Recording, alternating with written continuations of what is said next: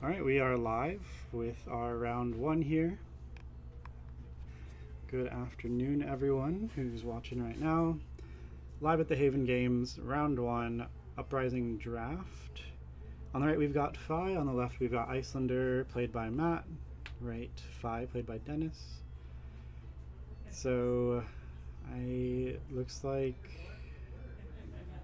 Icelander might be starting here. I'm pretty well versed in Icelander stuff. Haven't actually played Fi yet. I just know a lot of the cards are fiery and they have go again. So I'll do my best to call out the card names when I know them. So let's see. It might be Fi going first. Looks like they're reading through cards. Yeah, so Fi on the play. It looks like we're gonna play something like Stoke the Flames, I think. This is a 1 for 4. If it hits, get to grab a Phoenix Flame and it has go again. I'm like almost certain that's the effect. So this is probably just the end of the turn here. Matt is gonna block that and not let it hit. Thank you for using the dice. So probably gonna just move to end here. One thing that could be done as well is you can instant pay to grab a Phoenix Flame and then arsenal that if you want to have it for next turn. Probably not relevant here. Yeah, we're just going to see a arsenal pass. Go over to Icelander's turn. So no damage on that first turn. As Fi, sometimes you like to or can chip in some damage with those 1 attack, 2 attacks. Like Phoenix Flame, just 1 go again that maybe they're not going to spend a whole card on. No damage gone through, and then on Icelander's side here we see a red, I think it's a Chilling Ice Vein. This is an Ice Fusion card that if it deals damage, so it's a red one is 5, yellow is 4, blue is 3. If it deals damage, the opponent either has to discard a card or pay 2. Okay, so yeah, top and bottom. So we're gonna take all of it and then either pay 2 or discard. Fi does have Miter and Arcane Barrier 1, but that's not gonna be enough in this case to stop this. It's gonna hit anyways, so might as well just not waste the card and then just choose what to discard or pitch here. Depends how red the hand is, so yeah, it looks like we did have a yellow. And then we're just gonna Waning Moon for 2. It's a really good turn by Matt. Hopefully that last card in his hand is a blue. Really, as Icelander, you want to deal some damage, or at least do a taxing effect, like in CC, Coronet's Peak, making them discard or pay 1. It's a really good way just to do something, and then Arsenal a blue, doing a lot of your playing on your opponent's turn to tax them. So hopefully that's a blue, and Matt will have some play on Fi's turn. So we see an Arsenal and a pass here. That was 7 Arcane. Dealing all of it, none of it being blocked, and getting an Arsenal card as well. So really strong from the Icelander side here. So we're over to Fi. Fi playing with a 3-card hand and 1-card Arsenal. That's another thing too, is Icelander didn't just do damage, it also taxed a card. So getting through 7 damage and taxing a whole card out of Fi's hand is very strong. So we'll see what Fi is able to do. Most every card in Fi's deck is some sort of damage and go again. And we see that he actually has a Rise from the Ashes in his hand, which buffs the next attack by 1, 2, or 3, Draconic or Ninja attack, and grabs his Phoenix Flame from the drop. So his arsenal looks like a Lava Vein Loyalty, which if you control 2 or more Draconic Chain Links, gets go again. Ember Blade will be a 3 go again, as long as he has the pitch for it and has some other cards he can play. It looks like in his hand he has a Burn Away. Burn Away not being as good in Fi as something like Dromai, just because if you only have 1 Phoenix Flame, like in this case, in your drop, in your grave, you probably don't want to banish that. It's a Burn Away, which he's holding in his hand. Looks like he's going to go for it. It says banish a Phoenix Flame from your grave. If you do, it's 4 go again. Normally it's just a 0 for 4. Or no, it's a 0 for 2, it gets 2 and go again, so it's 4 go again. So looks like Matt is going to take that, go from 18 to 14. Looks like he's wanting to hold his whole hand here, we can see a Scar for a Scar in Matt's hand, so he probably wants to take a little bit more damage, so on his turn he can threaten that, plus some sort of spell, plus the Waning Moon. So we see a Rise from the Ashes. It looks like it might be yellow, which buffs your next... Oh, that breaks the combat chain. I hope he's aware of that, because Lava Vein Loyalty would not get go again. Matt's played enough to know that that's the case. The combat chain is now broken, so when you play a non-attack you actually have to close the combat chain in order to play it. So he's keeping everything on the chain. So yeah, Matt's explaining that to him now, that this actually breaks the combat chain. So Lava Vein Loyalty saying that you have to control 2 or more Draconic Chain Links will not be an active effect, so this would just be 3 no go again, and then buffed by 2, so it's just 5 no go again. Even if Dennis hadn't known that, this is still fine, because you threaten 9 damage this turn and still have an arsenal. It's pretty fine. I think Matt's explaining that he could have played Rise from the Ashes and then done Burn Away and then done Lava Vein Loyalty without breaking the chain. We'll see if any takesies backsies are allowed, or if Dennis is just fine with how this turned out. Wow, Matt is wanting to keep everything, so his Scar for a Scar in hand is active. So Dennis is going to Arsenal and pass. All 9 damage that he threatened went through, half of Icelander's life is gone. So we're going to see a Cold Snap that might be yellow, which is why he didn't actually play it on his opponent's turn. So this card is your opponent pays 1, 2, or 3 depending on the color. If they don't, freeze their arsenal. Freezing just means they can't use or activate it next turn. And then if it's played from arsenal, draw a card. So Matt got to pay 1 for it, 2 floating because he pitched a blue, and he still has a 4-card hand and gets to freeze the arsenal, which we're just going to indicate with a dice, so Dennis not going to pay. Then we see, I think that's a red Scar for a Scar. It is. So this is 4 go again, really strong. This would, if Dennis takes it, just even out the life total. And then it looks like Matt is probably going to do like maybe the Ice Bolt in his hand and then Waning Moon. So pay the last 2 that he has for Ice Bolt, pitch for Waning Moon, and then Arsenal, maybe that Sigil that he has in his hand. It just depends what the color of the cards are in his hand, if he can pay for all of that, and what he wants to get in Arsenal here. If that's a blue Ice Bolt, I think that's what that card's called, the middle card in his hand, you probably want to get that in Arsenal because you get to do damage on your opponent's turn. It's an ice card, so it gives them a Frostbite, and then you can threaten Waning Moon for 3. So we'll see. If that's a blue Sigil of Protection, a really cool play is just, it costs 1, and it's a blue non-attack, so you can play it with Icelander's ability on your opponent's turn, stopping the next 2 damage, and then also getting to Waning Moon for 3. So yeah, we are going to see the Ice Bolt here. Not sure what color it is. Let's see. Oh, it's a red one. Wow, I see why Matt wanted to hold this hand. We've already threatened 9 damage, 5 of it being arcane right now, and then he should be able to still Waning Moon for 2 more. Yep, gonna take all of it, and then we get to Arsenal that blue Sigil. Hopefully blue, which means he has some play on his opponent's turn too. Getting very close to lethal range for Icelander, knowing that his opponent only has Miter, which is expensive to stop any damage, and then 1 Arcane Barrier. So attacking for 3 with Miter, or with Waning Moon, is, if he does it 2 more times, probably just gonna call the game here. So we'll see what Phi can threaten here. Enough damage threatened can definitely even out this game.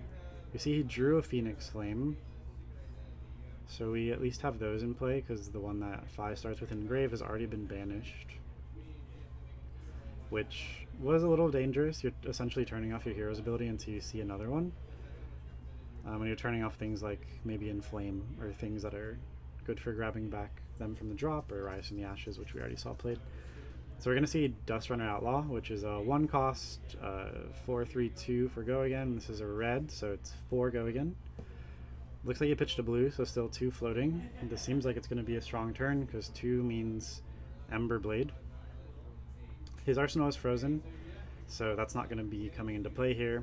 So you see Matt pitching for the Sigil of Protection, which is blue, and then Waning Moon for 3. So getting him down to 2. This is looking really good for Icelander here. So this is going to stop 2 of that damage, Icelander taking the other 2 from this go again attack. I'm going to assume that we see the whole turn's probably going to be Ember Blade, Phoenix Flame. So I think this will be 4 more damage this turn, so you're not threatening lethal. It looks like Matt's hand has another Sigil of Protection, a Flex, and a Brothers in Arms. If it's a red Brothers in Arms, honestly, a pretty good turn is just swinging with that. It swings for 6, and that puts Fi in a position where you're probably going to have to give up 2 cards to survive. So actually, you're definitely going to have to give up 2 cards to survive. So that would be a pretty good play. So this is 1 go again, because he controls, yeah, because this is Chain Link 2 or higher. And then I think, yep, just Ember Blade. This would be if there was that other Phoenix Flame in Grave. This would be a good time when Fi could use his instant, grab it, and then just swing for 1 more again. It wouldn't be lethal, but the chip damage definitely, every point of damage mattering here. So Matt's considering a block. Interesting. Okay. Interesting. I thought his turn was going to be to swing with that Brothers in Arms, so it might be play Flex, Arsenal Sigil, and then kill him with Waning Mood. It looks like that's what his thought process is going to be. That looks like another blue Sigil. So swinging with Flex, any color of Flex, blue, yellow, or red, it's a red. Best case scenario is just 0 for 4. No go again, but this is threatening lethal, so it has to get at least 1 card. If it only gets 1 3-block, then it puts him at 1, and then Waning Moon definitely will seal the game most likely. So I definitely think this was a safe play. Definitely the right play. Yeah, so blocking with that Brothers in Arms I totally understand. Looks like we got a Matt fan in the chat. Let's go, Matt. Yeah, I think Icelander is probably going to be able to seal this with that blue Sigil in hand. Arsenaling that on his opponent's turn, he'll be able to play it, and then Waning Moon is on, which is 3 Arcane, which should be enough, especially if this only gets a 1-card block and puts Dennis to 1. So we'll see what he decides to do. I think getting this low, you have to hope that... Okay, so it does get 2 full cards.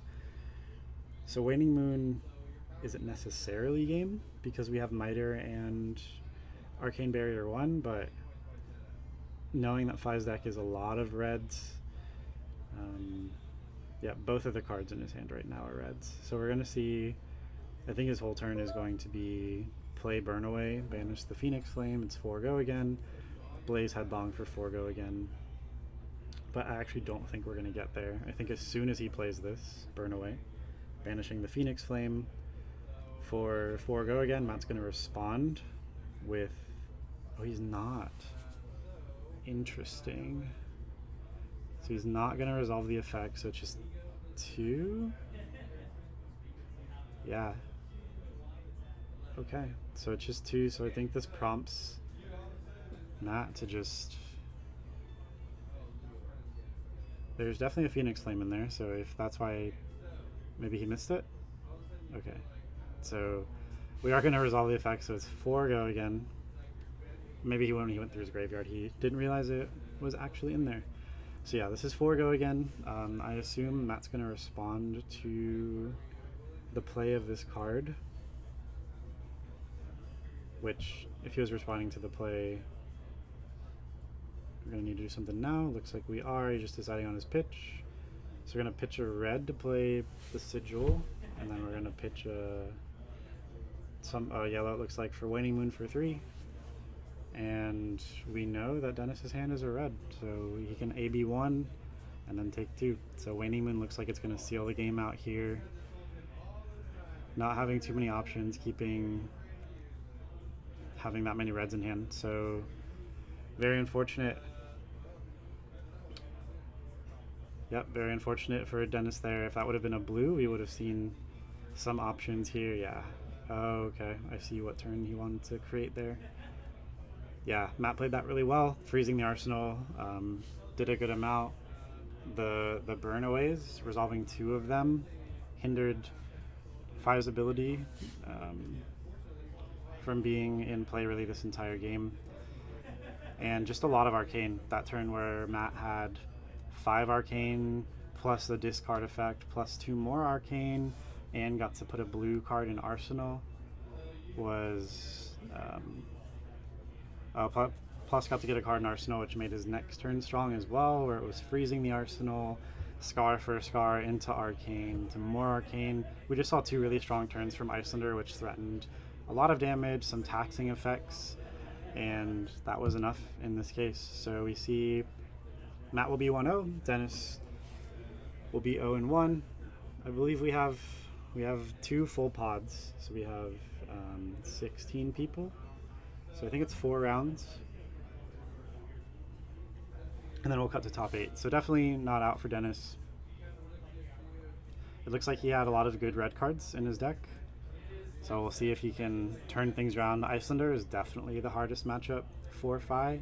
I think Fi is a bit favorable into Dromai. Dromai is a bit favorable into Icelander, and Icelander is a bit favorable into Fi. It does feel like a very balanced format, so it's not a rule.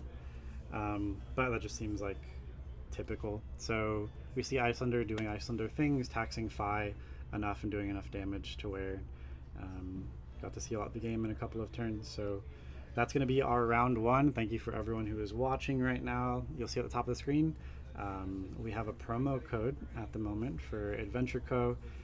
This is all sponsored by the Haven Games. A great place to play if you're anywhere in the state of Florida. If you're in Central Florida, in Orlando, definitely recommend coming out. Opened recently and run by players. It's a great store. They take care of their players very well, and we have that 10% off coupon. So feel free to use that promo code for 10% off all Fab singles at thehaventabletop.com. That's going to be our round 1. We're going to go to our Be Right Back screen.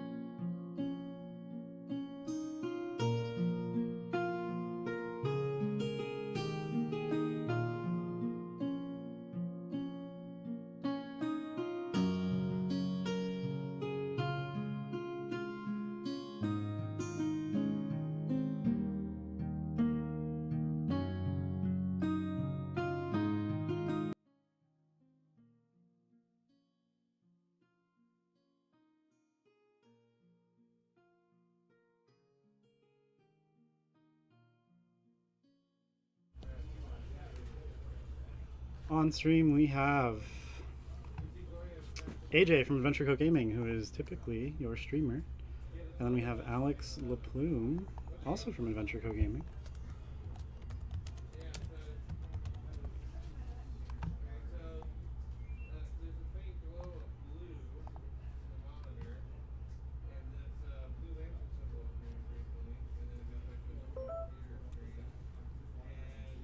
Oh, AJ getting out Necria very quickly. That's very strong for him.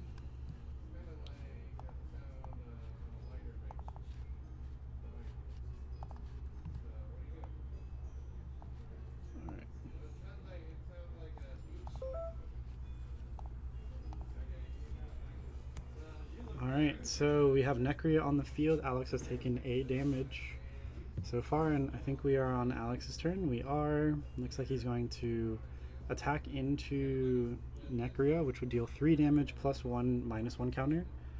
So it goes from... It'll be at 4. So I think Alex is going to choose not to do that because it's not going to end up killing it this turn. So it's actually kind of not worth it. So we're going to see it takes these backsies.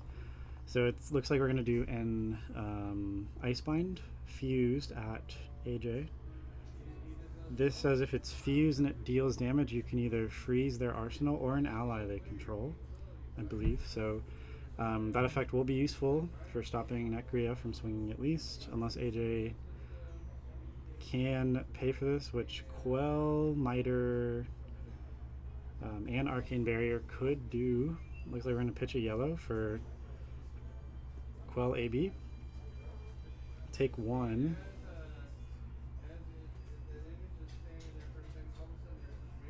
Then we're going to see a pitch for Waning Moon.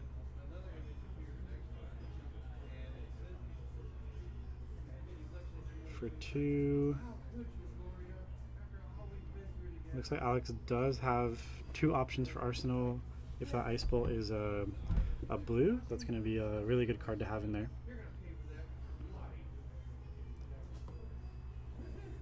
So looks like AJ is going to, before end of turn, pop the Silken form that he used to Quell, which would have killed itself anyways, and then turn it into a dragon. And then since he has AB2 now, before the arcane damage from Waning Moon would resolve, he just pitches a yellow and then stops both.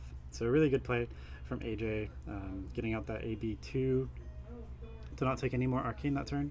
We're going to see a red pitch into a sweeping blow, which...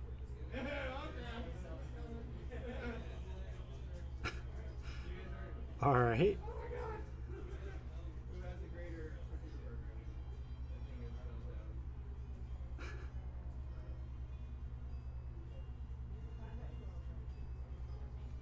So...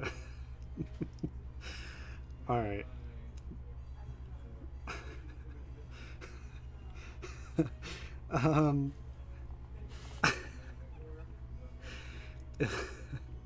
AJ played a sweeping blow and Alex just threw his whole hand at it for seemingly no reason.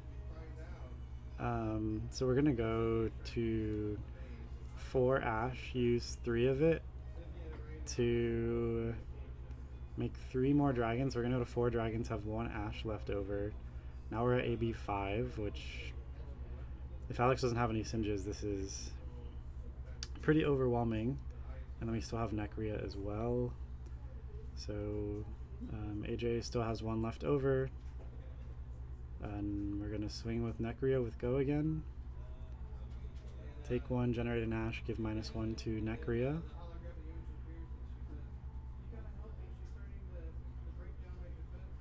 And then swing 1 4 times with Go again.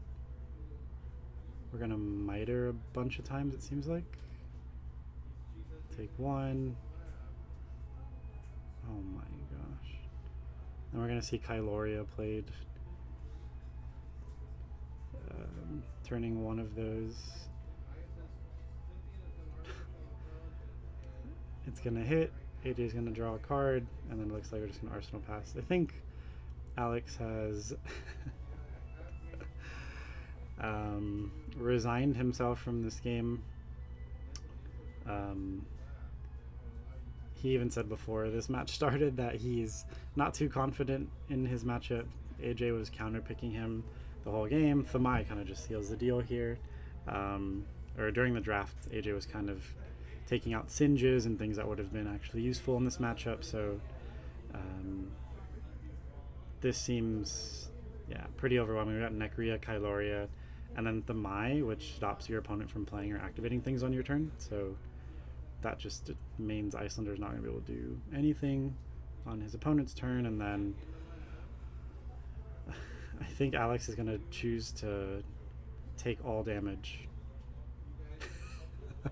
All right, well, we had a quick one for you for round 2.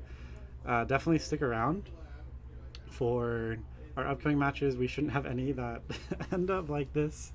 I know Alex wasn't super happy with the Icelander deck that he was able to draft.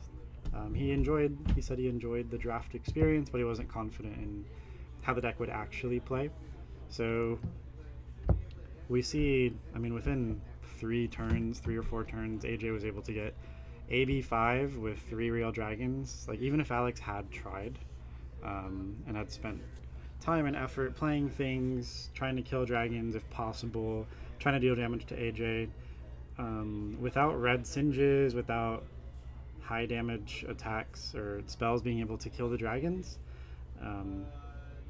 it would have been such a slog probably to get into a winning position. Might not even actually have been possible, especially with AJ drawing 3 really good dragons and being able to play them. So that's going to be our round 2. I'll fix that. So we're going to go to Be Right Back much quicker than I expected. So stay tuned for round 3 coming soon. Then we'll have round 4 and then also a top 8. So stick around for some more Uprising stuff. Thank you for everyone who is watching currently. In between rounds, if you're looking for some singles, not for dating, but for the game of Flesh and Blood, I definitely recommend using the promo code that you see there in the upper right-hand corner, haventabletop.com, thehaventabletop.com. Use adventure co exclamation point for 10% off your orders of Fab singles. They'll have more Uprising singles as the weeks come, just because we've had a lot of sealed product open here for the players, and they're holding some sealed product still for drafts like these and upcoming events. So they'll get more Uprising singles on their site as the weeks come and they are able to get more to actually open for singles. But for now, that's going to be our round 3 or round 2. Stay tuned for round 3 coming soon.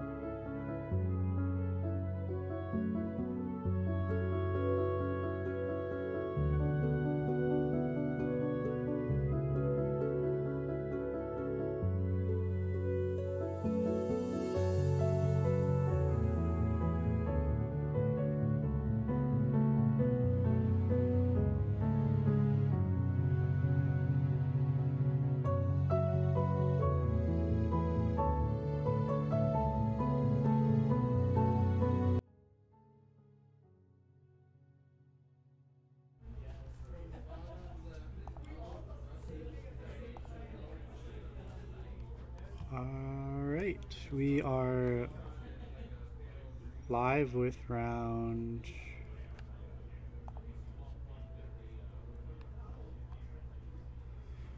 round 3 here. So on the right hand side we have Tom, and on the left hand side we have Jamie.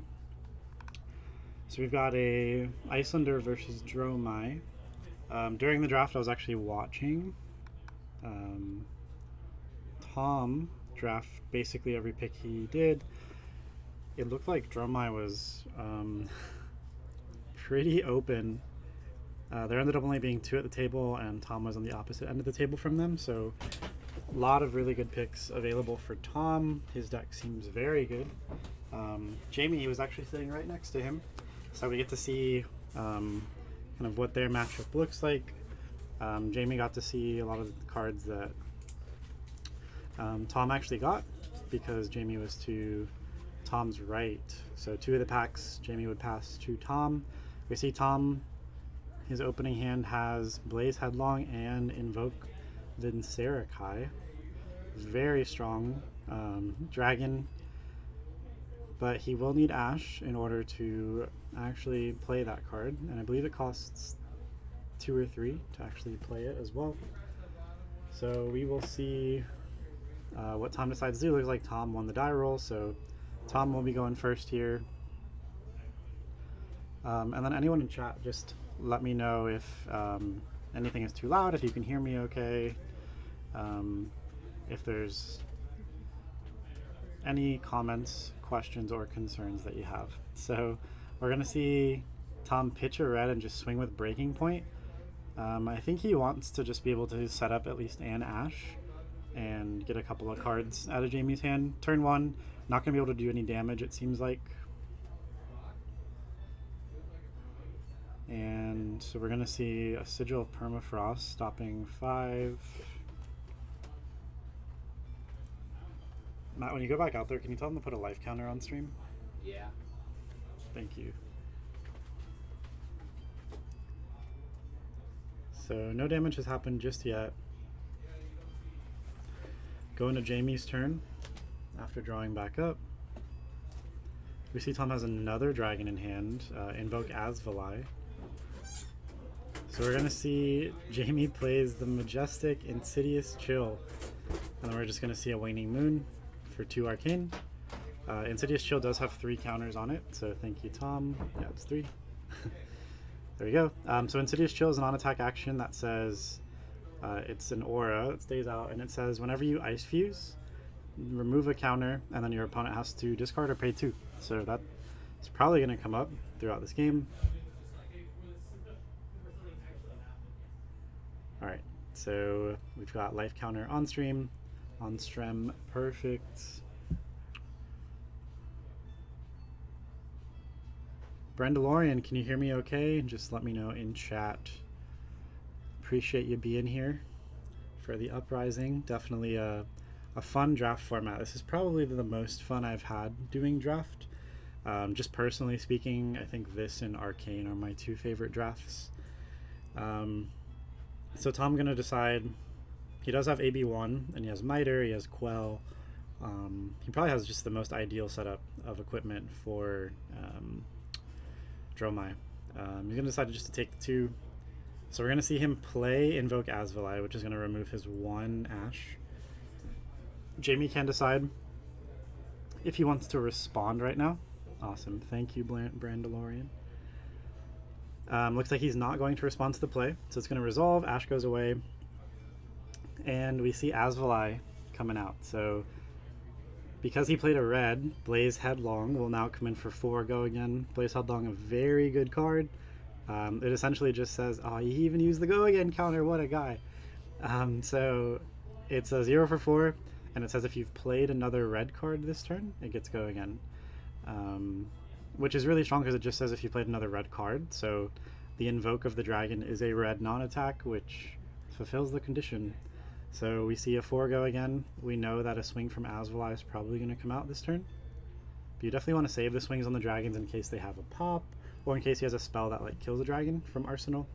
Definitely safe to save it. So we are going to, it seems like we are going to do it now. He does have stilettos if he wanted to save a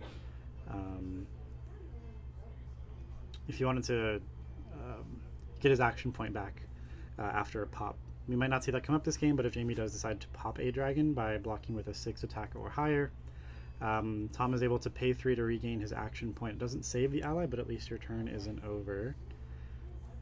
So yeah, two physical, 1 arcane. Asvali doing 1 arcane to up to 2 sources, and 2 physical. And then we're going to see an Embermaw Senpai, which does not have go again, but if, yeah, it looks like this is red. This is 8 physical damage. So Jimmy probably does not want to take the 8 here and go to 5. It does have Phantasm, so in a constructed environment, this is very often probably going to get popped, just depending on the matchup, but a 2 for 8, super strong.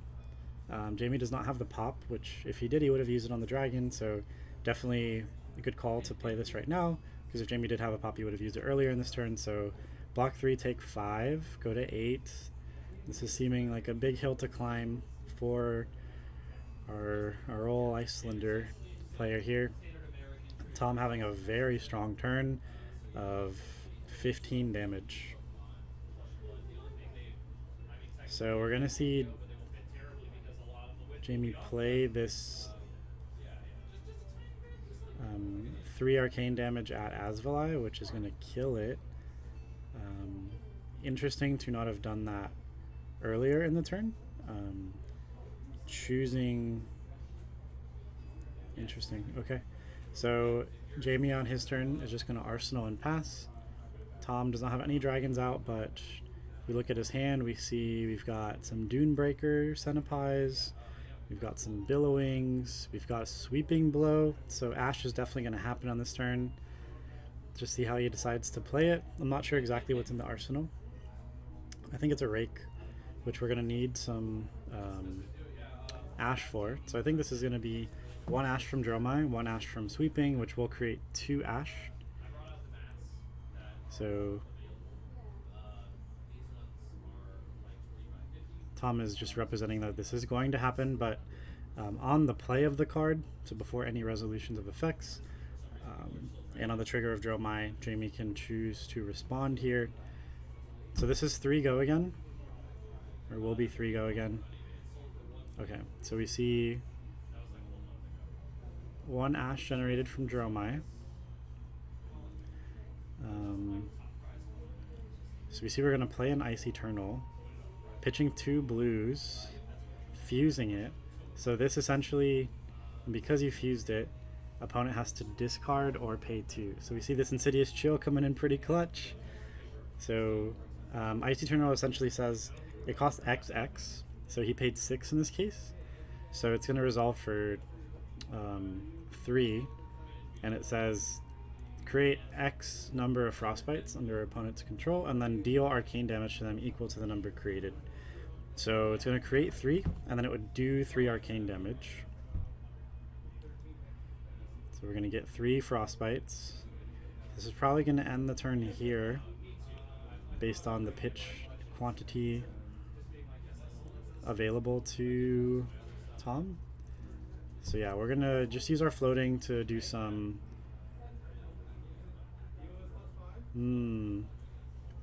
arcane barrier, and then before the physical resolves, we're going to go to the defense step, and Jamie is going to block 3. And then Tom cannot do anything else on his turn. 3 frostbites is a lot. And then also the Insidious Chill trigger, getting rid of 2 more resources from Tom's availability. So that's going to end Tom's turn, but Jamie's turn is just going to be Arsenal pass again.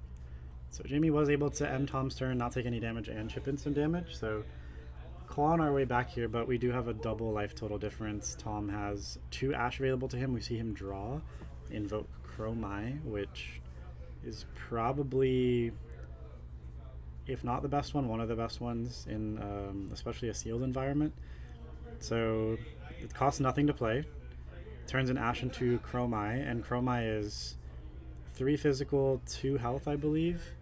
And when it attacks or when it dies, it gives you an action point. So no matter if it swings and doesn't die, you're going to get 2 action points if you've played a red card this turn. Or if it swings and it dies, you still end up with 2 action points. So with the 3 go again, we're going to see Jamie respond to the attack with a Cold Snap. Cold Snap blue from Arsenal. It says your opponent can pay 1, or it freezes their arsenal. Tom did not pay 1, so his arsenal is frozen. There should also be a Frostbite under Tom's control, which I don't know if they... Okay, there we go. So there's the 1 Frostbite created because you played an ice card. Jamie decides to block the 3 damage from Chromai. So we're going to pitch here to play Rake, which generates an Ash going to 2 and then can turn up to 2 Ash into Ash Wings. So I'll just turn all of the current Ash into Ash Wings. So we've got 2 Ash Wings with separate tokens, very nice. And then that also cleared the Frostbite, so every dragon is going to have go again this turn because Invoke Chromite is a red card. So it looks like Jamie is going to pitch to do some quelling. So we're going to quell twice, take nothing there, and then we're going to see a breaking point for 5. Jamie doesn't have an arsenal, so even if the rupture effect was in play, it wouldn't matter here. Tom does still have an action point, so potentially something else could happen, but Silken Form isn't live, his arsenal's frozen, so he can't use that extra action point. Jamie takes this. Arsenal becomes unfrozen at the end of this turn, keeps the 2 Ash Wings, keeps Chromai. Yeah, so Tom right now has AB3 and an actual dragon that should probably be taken care of. So we'll see if Jamie decides to... He has a Scar, so we're going to Scar into Chromai, which definitely makes sense. So Chromai is dead. And then we're going to Arsenal pass. So Jamie, even with the low life differential, is still keeping it calm and doing what he needs to do. So even though he's at 3, he's still making the correct decisions to clear the big dragons. Yeah, these dragons are very good, Brandon. Brandalorian, that is definitely a good call out. The more dragons he has, the more it is in his favor. These Ashwings having built-in Arcane Barrier just makes it even worse, or better for Tom. So we're going to pitch a red Rake to play a red Rake. So pitching is going to make 1 Ash with Dromai, and then playing Rake is going to make an Ash from the Rake ability, and then red Rake can turn up to 3 into Ash Wings.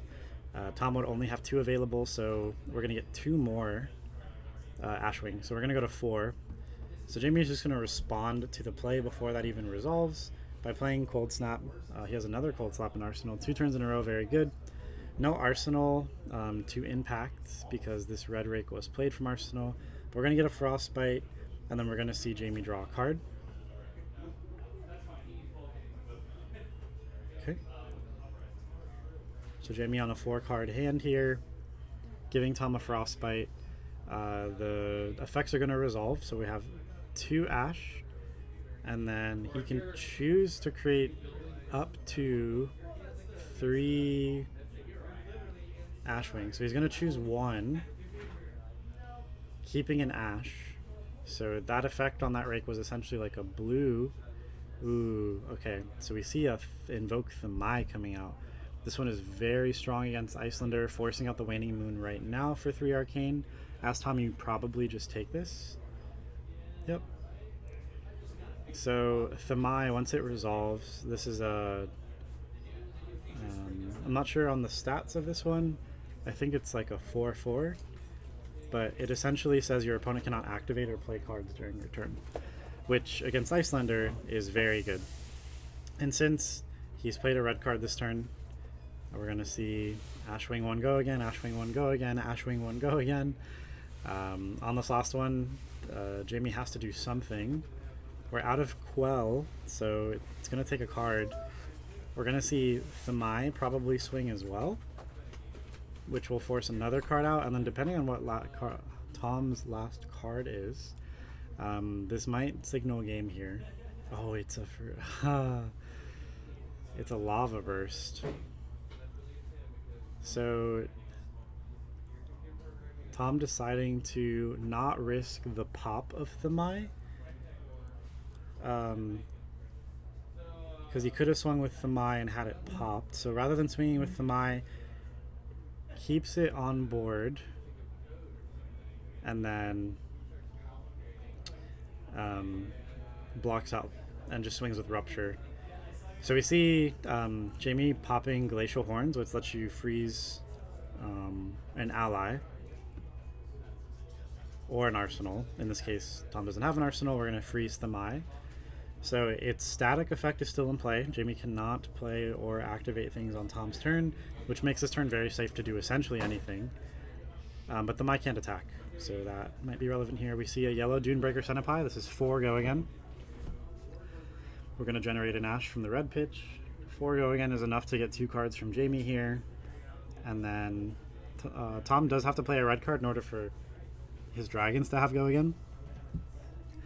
But I would assume that Tom does have at least 1 red card in hand. He has 2 cards in hand. One is a Skittering Sands, and then one is a Billowing Mirage. So it's a red Skittering Sands. Turns this Ash into a 4 attack dragon. So we have 4 dragon swings coming in. 1 for 4 go again, 3 for 1 go again. This takes 2 cards, and then 1 dragon just kills him. So Tom taking that game rather handily. Got out of hand very quickly there with the dragons, the big dragons, and the Ashwings. So Jamie just not having enough space to really build up any sort of effective disruption or any proactive damage on his own turns after having to block out the onslaught that was Tom's turn. So Tom's going to go 3-0. After this, Jamie will be 2-1.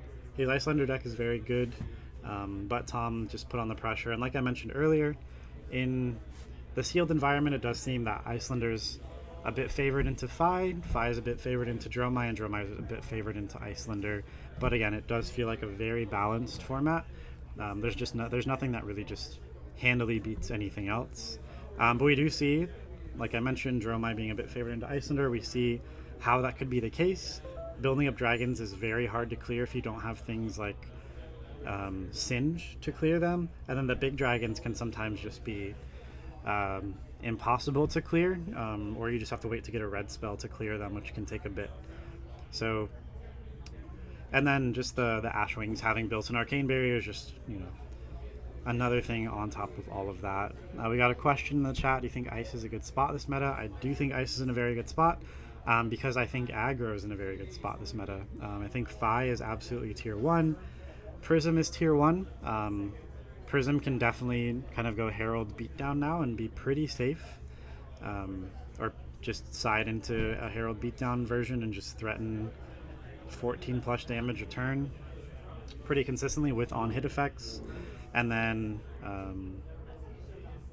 I think Katsu's probably in a pretty good place. Oldhim is going to be very good this meta, because we do have aggro decks, Fi specifically being kind of probably a boogeyman this format, because Fi is good into Prism and Fi is probably the gatekeeper of this format. So Ice being able to fight against aggro, specifically being very good into Fi, I think Ice is in a really good spot. Ice Lexi, or just Lexi in general, with the hit effects, Dominate, not being able to block things, multiple arrows a turn with hit effects. Oldhim with just how defensive he is and disruptive he can be. And then I think Icelander being really good because it has play into aggro with the disruptive effects that it has, and it also has play into control.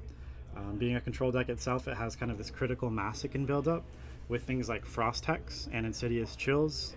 The defense reaction that, depending on how much arcane damage you do, it does that much arcane, creates that many frostbites on your opponent's side of the field.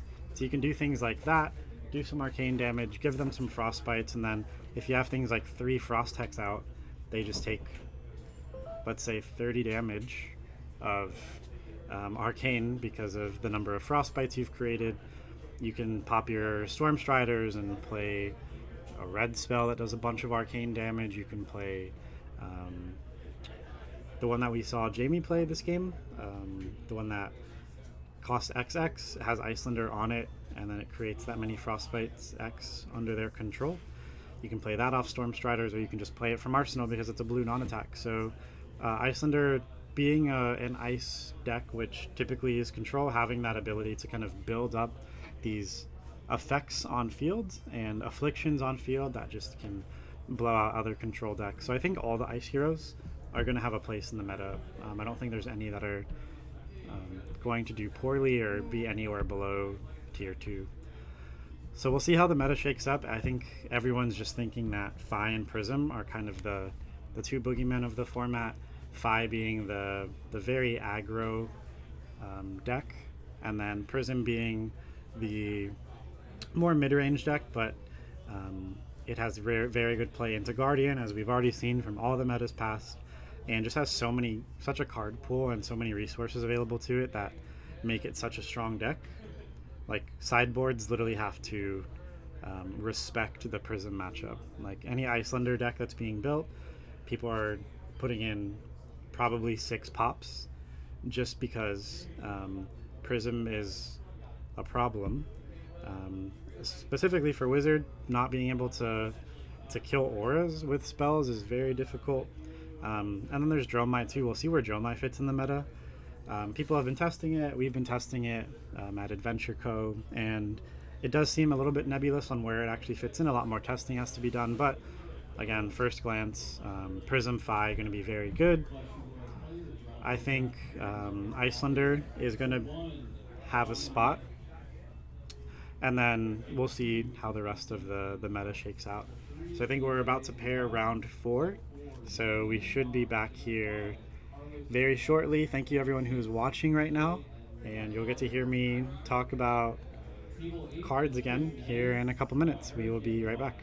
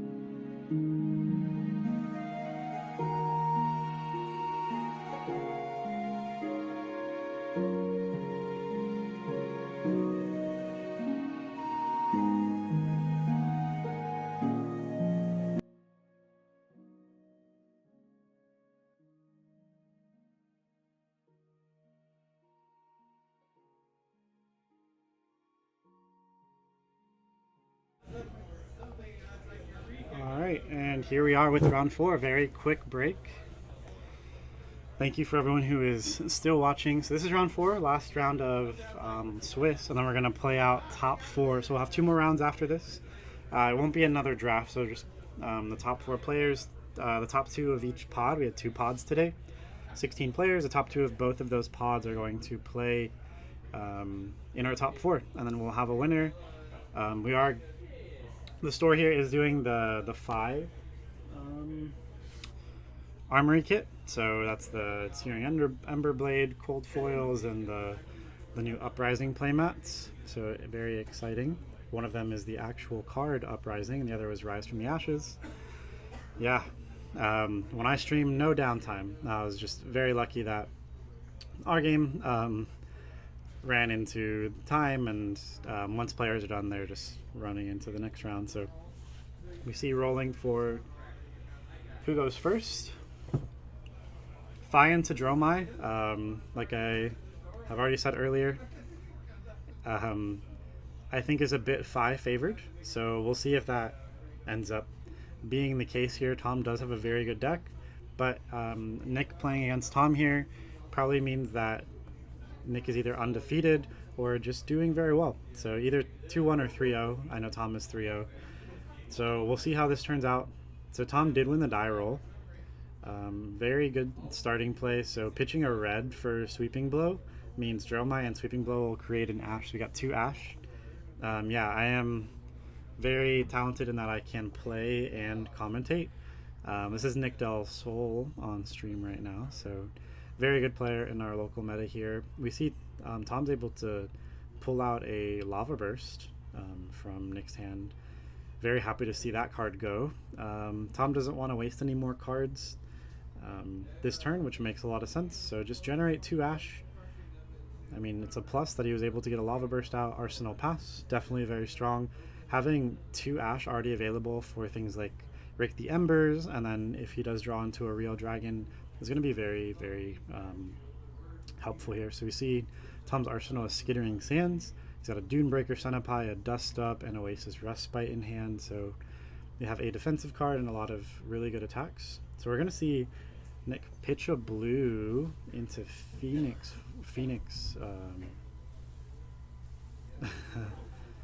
And then that was very interesting. So he attacks with Phoenix. Was it Phoenix form? For 0, and then reacts with the 1 cost attack reaction, which is yellow, which buffs it to 2. Tom takes it. Then we see a Lava Vein Loyalty for 3 go again. And then with 2 floating, I assume we're going to see Searing Ember Blade to end this turn. So 8 damage that Nick is threatening here. No arsenal at the end, so it's not the most incredible use of 4 cards, but it is damage that Tom has to respect. And 5 of it gets through, and we get a card out of Tom's hand. So not the best, but it's damage, and Nick is now ahead. So draw up, Tom's turn. We got a Skittering Sands from Arsenal start. So any dragons are going to have go again because we played a red card now. This dragon will have 4 attack for this turn. 1 base plus 3 from the Skittering Sands. We have 1 Ash left. We see we have a Dunebreaker Senpai, which I assume we're going to pitch that Oasis Respite for. Create an Ash from Dromai's ability, and then this is 5 go again. It does have Phantasm, but none of Fi's in-deck cards are going to be able to pop Phantasm. So the only risk here is if there's some sort of generic that Nick has that's going to be able to pop this. And then if it does get popped, Tom at least gets an Ash for his troubles. Doesn't look like we have a pop, or else that would have just been slammed down probably. So this is 5 go again. This card is very strong, especially in a sealed environment where pops are a bit few and far between, because no class actually has built-in pops. In a meta like Monarch, where we had a Brute in the meta and generics that could pop, it was a bit easier to pop Phantasms, but in this meta a bit harder. So we're going to see a block for 3 take 2, blocking with a Stoke the Flames. We're going to swing for 4 go again with this dragon.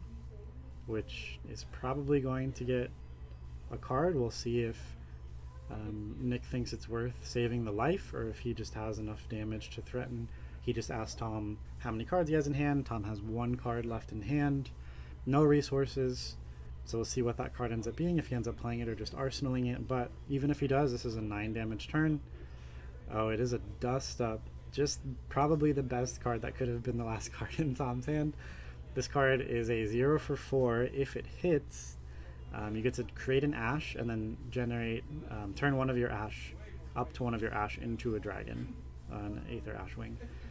So that gets 2 cards, Nick not wanting to have to deal with a free dragon, free ally as well.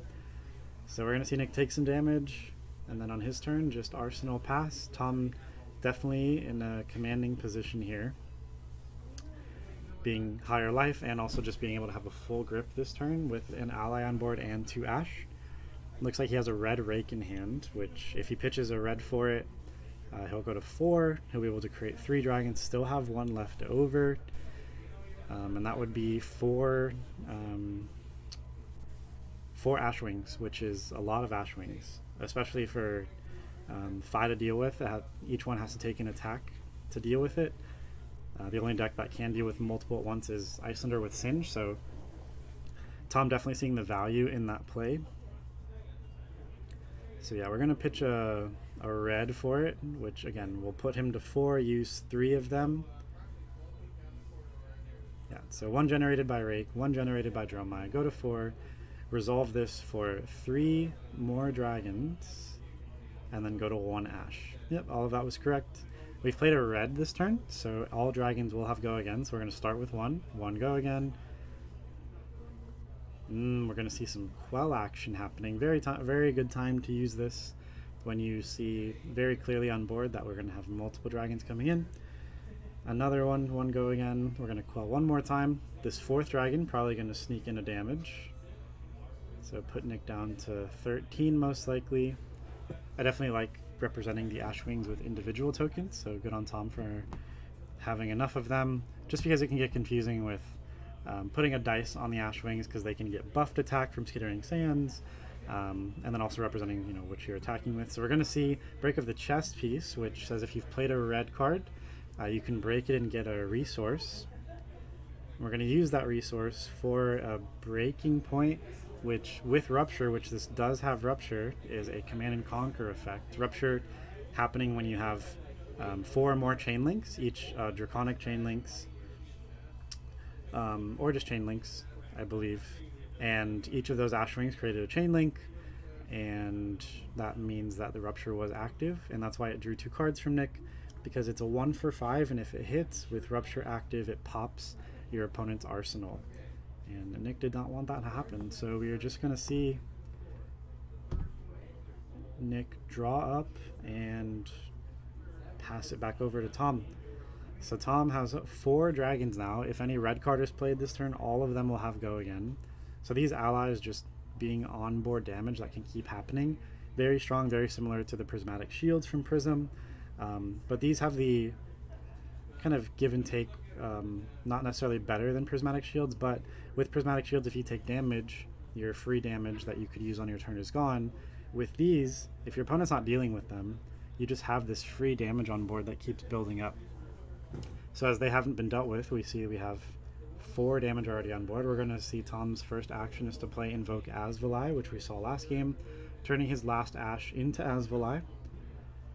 And since he's played a red card, as that Invoke is a red card, all dragons have go again. So this dragon is a 0 cost, it swings for 2 physical, and then it deals 1 arcane to up to 2 targets. So in this case, just going to deal 2 physical and 1 arcane whenever he decides to swing with it. I think in his hand he has a yellow Dunebreaker Centipie. So we're just going to see him start with some dragons. So 1 go again, 1 go again, 1 go again, 1 go again. Nick knowing he's not going to stop anything, so just going to get through that quickly. This is 2 physical, 1 arcane with go again. If Nick had a pop, this would be a great time to use it, clearing Asvali and also stopping damage. So we're going to take 3 there, Thank you, Tom, for representing all of the damage happening. We might see a Dunebreaker Centipi coming out here. Oh, I had one in Arsenal too. Oh my goodness. This is 4 go again. He has another one in hand with one floating. So we're probably going to see this 4 go again plus another 4 go again, which is a lot of damage. We're getting to the point where clearing dragons doesn't seem like it's going to work as a strategy anymore. We're getting too low on life for that to really be a strategy. And we're not clearing the gap or closing the gap between our opponents. So we're going to see what Nick decides to do here. Maybe give a 3 block, take 1. Hoping that Tom doesn't have much else in response. We know that in his hand he does have, he has a Dunebreaker Centipi and an Ember Maw Centipi. So we might see him actually play the Ember Maw Centipi, which is 8 damage. Yep, so we're going to see him pitch for Ember Maw Centipi.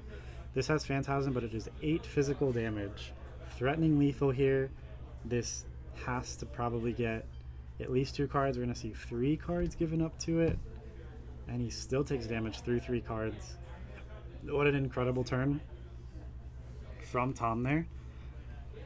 And what is just so good about Dromai is the reason I think Fi is a bit favored into it is because Dromai does take a little bit to be able to get the Ash to build up the dragons and has to draw into other dragons if you drafted them. But once you're able to summon them, we just have this board where Tom, if he plays a red card at all this turn, they're all going to have go again. We have 4 1 attacks, so we have 4 Kodachis essentially with go again that cost nothing to swing with, and then we have a 1 arcane 2 physical dragon with go again. So we're going to pitch a red for Rake. This is a red Rake, so it creates an Ash and then can turn up to 3 of your Ash into dragons. So he's just going to choose to do 1 to keep an Ash on board. So we're going to swing with the first one, 1 go again. We're going to use the Quell on our Heat Wave. So those Ninja Gloves do have Quell. So we pitched a blue, that stops 3 of the dragons. We have 2 more of these Ash Wings coming in. So here's a 1 go again, he takes it. We have another 1 go again, probably going to be taken. Asvali will be 1 arcane 2 physical go again. Nick again does not have a pop. Very unfortunate. I'm not sure if he just didn't draft any or he hasn't seen any. But at least taking a couple of pops during your draft experience is really strong, just so you don't end up in this scenario where they're just getting free go again attacks with a bunch of damage built up. Because if you do pop one of them, their turn's probably over and you only gave up 1 card to just end their turn. The only thing that can save it is a card called Semblance, which is a Majestic. That costs 3, and then using Boots, but Boots also costs 3, so very unlikely that they can actually save their turn if you do pop. So the 1 arcane is gonna come through, and then we're gonna stop the physical. And we're gonna play a Fyendal's Fighting Spirit for 5. Still gonna take some damage through it. Looks like those were 2 blocks.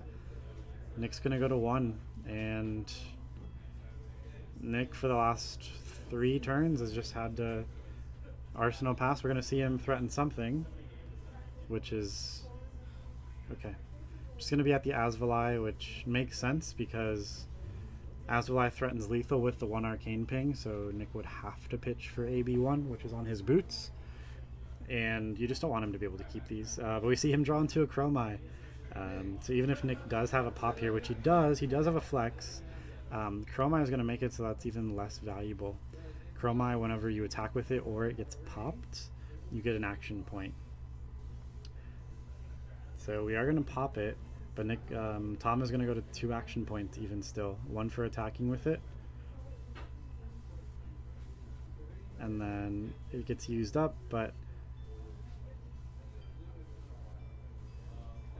then we're going to see him swing with Breaking Point, and that's going to be enough to do it. Phoenix Flame does not block, and he drew into 1, so did have to pitch to use the flex effect, but Chromai doesn't care about it, getting you the action point and then Breaking Point sealing the game.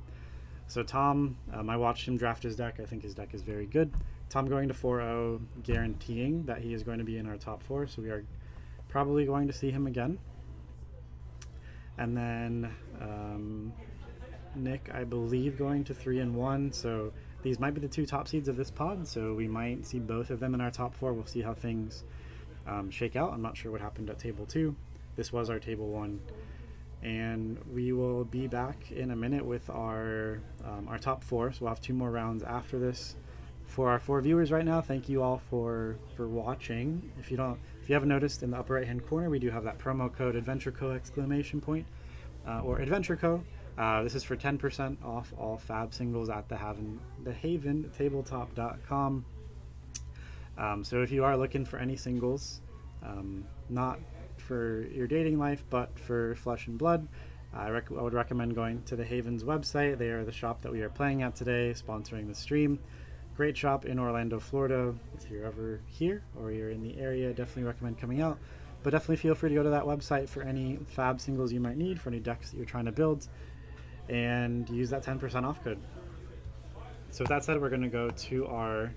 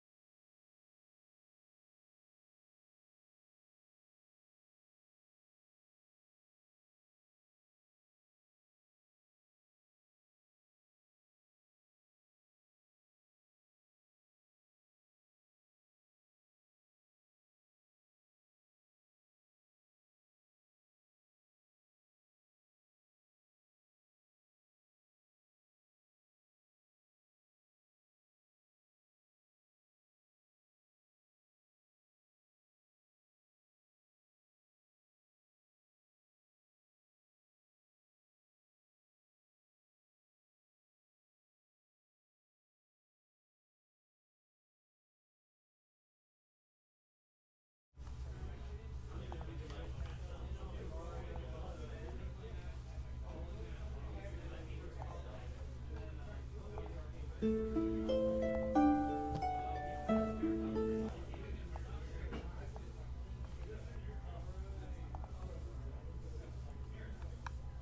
and we are back with our top 4.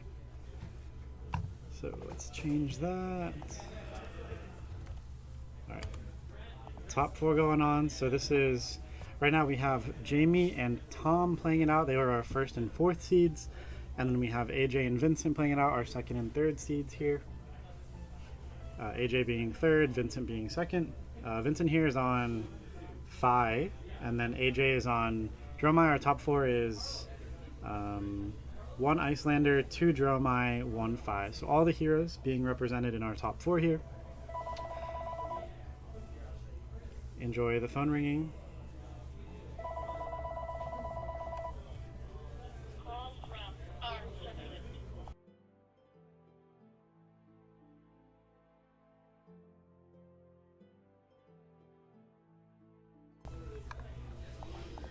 Alright, so Vincent being the higher seed is probably going to choose to go first in this matchup. Phi can deal some chip damage, swinging for 4, swinging for 1s.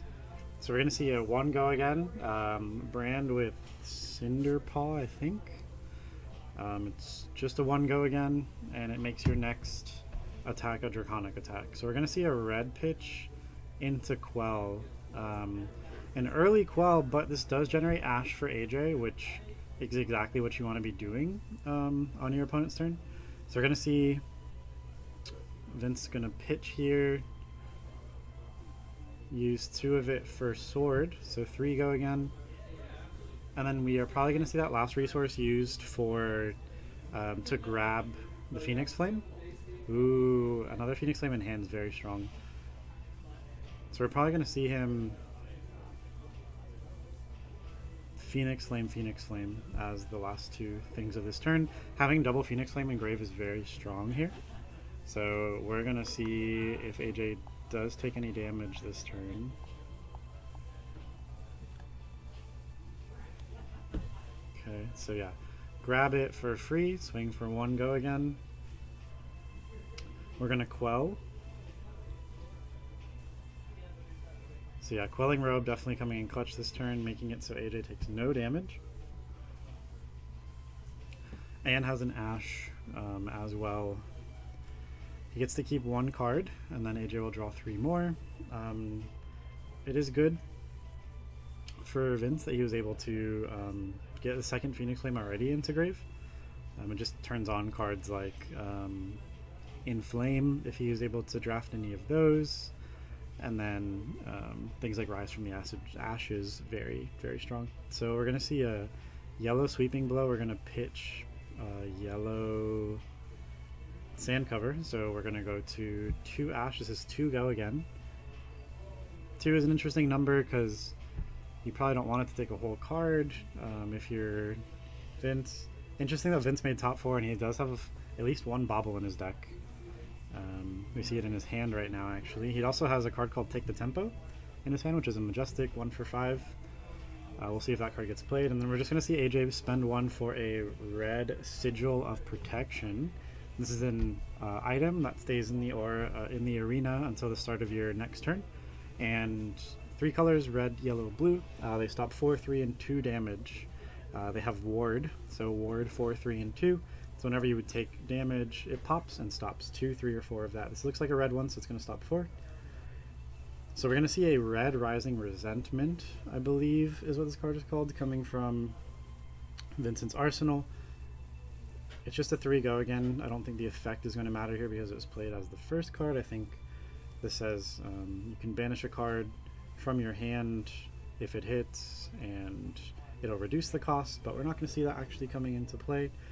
Because AJ just stop it with the Sigil, not having to use a card from hand. Then we're going to see Ember Blade coming in for 3 go again. Vincent was still 3 cards in hand, nothing floating. The Bobble pitching for 2. We're going to see AJ block with a Uvia. Very interesting. This is a very strong card. So it just seems like AJ doesn't think it's something he's going to be able to play next turn, and if that's the case, maybe no need to hold on to it. Rather just save the life, which I totally understand. So we're going to see him block for 3, AJ having taken no damage so far, which is very good, and having already built up 2 Ash. Honestly, the more ash you can get, the better. So Rake the Embers and your dragons are just always live and always able to resolve for full effect. So Vince thinking about what he wants to do here. His hand is a Take the Tempo, a Trade-in, and this attack action with Go Again, something Flame Wave. Very similar to Rising Resentment, just a slightly different effect, and I think it might cost 1. So we're going to see him pitch and do something. I'm going to assume he's going to play Take the Tempo. I would assume we pitch and see it Take the Tempo. It's a 1 for 5, and then if it hits, he's able to banish top card of his deck, and if it's an attack action, he gets to play it. So he's actually going to pitch and use his chess piece to play, I think it's Engulfing Flame Wave. It's a yellow. I think this lets you banish an attack from your hand, and then if you do, it gets Go Again. It's very interesting. I think I probably would have pitched and played to Take the Tempo, so this is for 4 damage coming at AJ right now.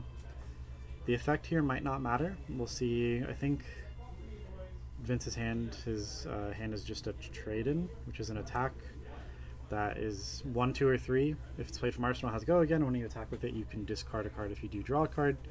So not the most dangerous thing that's being threatened here. Just 2 more damage. But we do have a Phoenix Flame also. Fi can trigger here. So, oh, it banishes the top card of your deck, it seems like. So that makes sense why this card costs 2. AJ takes it and risks it. And for Vincent, it looks like it paid off.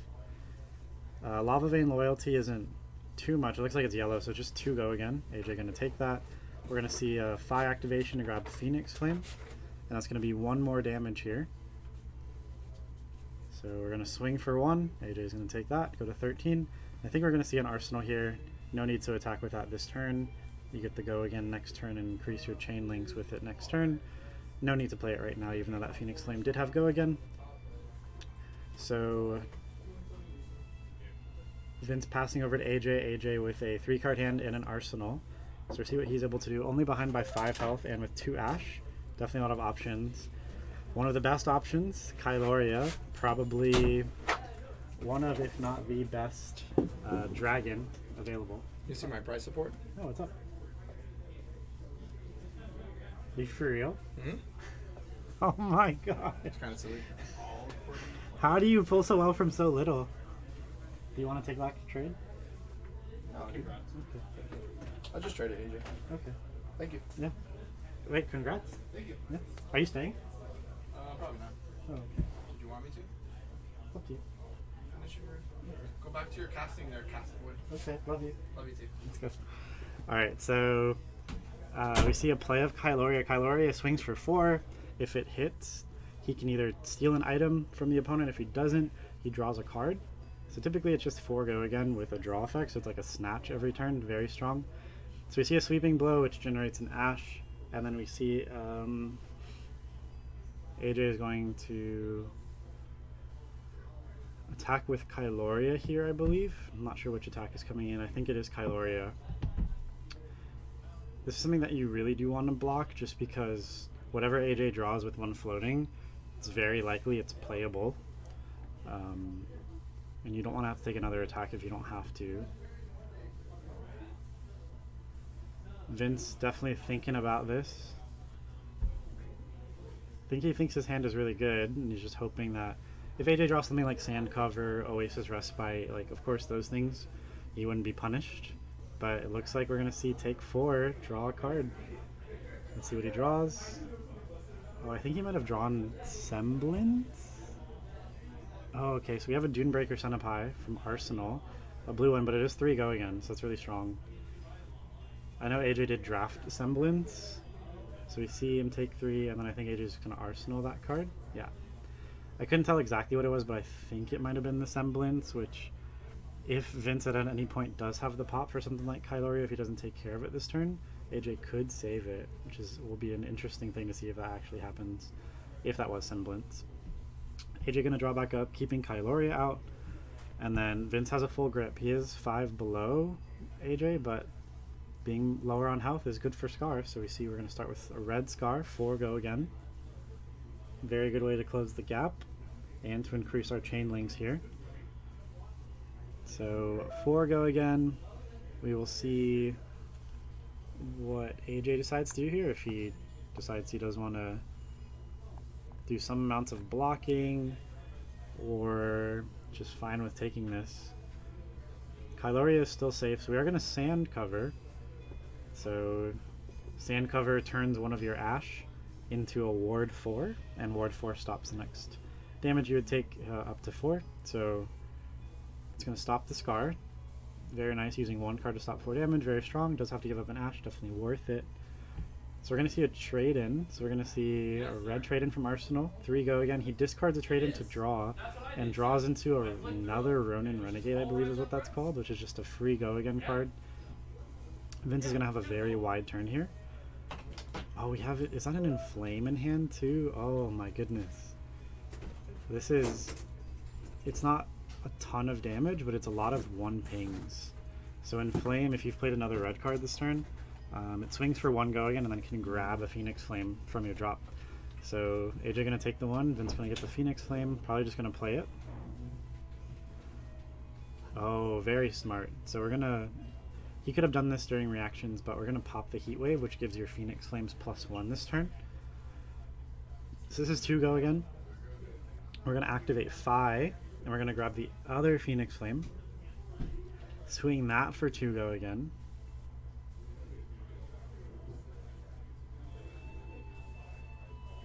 And then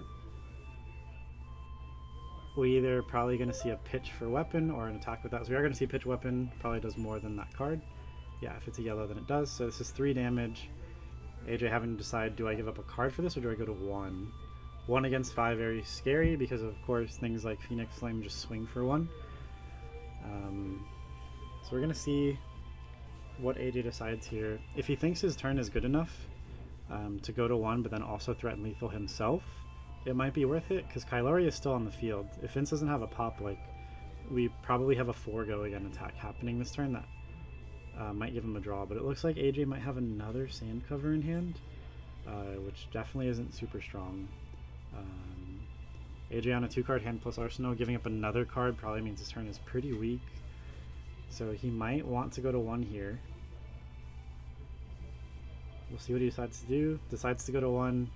It's not worth just not having a turn, which I totally understand. So that's it. That's going to be it for Vince. Very, very good turn. Took AJ from 13 to 1 through blocks, through a 2 block and a 4 block. So dealing a lot of damage there. So we see pitcher red to play a red billowing. We're going to get an Ash and then just use that Ash to make a an Ash Wing. An Aether Ashwing. So this is a red billowing. It's 3 go again. So this turn is, depending on AJ's arsenal, if it's the semblance it does nothing, threatens exactly lethal. So Vince gonna take 1. Okay, we're gonna swing. I think you do the Ashwing first. Yep. Interesting. Okay, so we're doing Kyloria first. So it's 4 go again. I think you do the Ashwing first, just because if they have a pop, they're popping an Ashwing and not Kyloria, and you at least get the guaranteed 1 more damage in. But Kyloria here is essentially going to either take 2 cards or give AJ a draw and do threaten 4 damage. Kyloria is so strong. I think Vincent should have probably tried to clear it with something on his last turn, because Kyloria only has 2 health. So one of the Phoenix Flames could have taken care of it and just not had to deal with this attack or effect any longer. But because it's still here, AJ able to attack with it and essentially have a snatch with go again right now.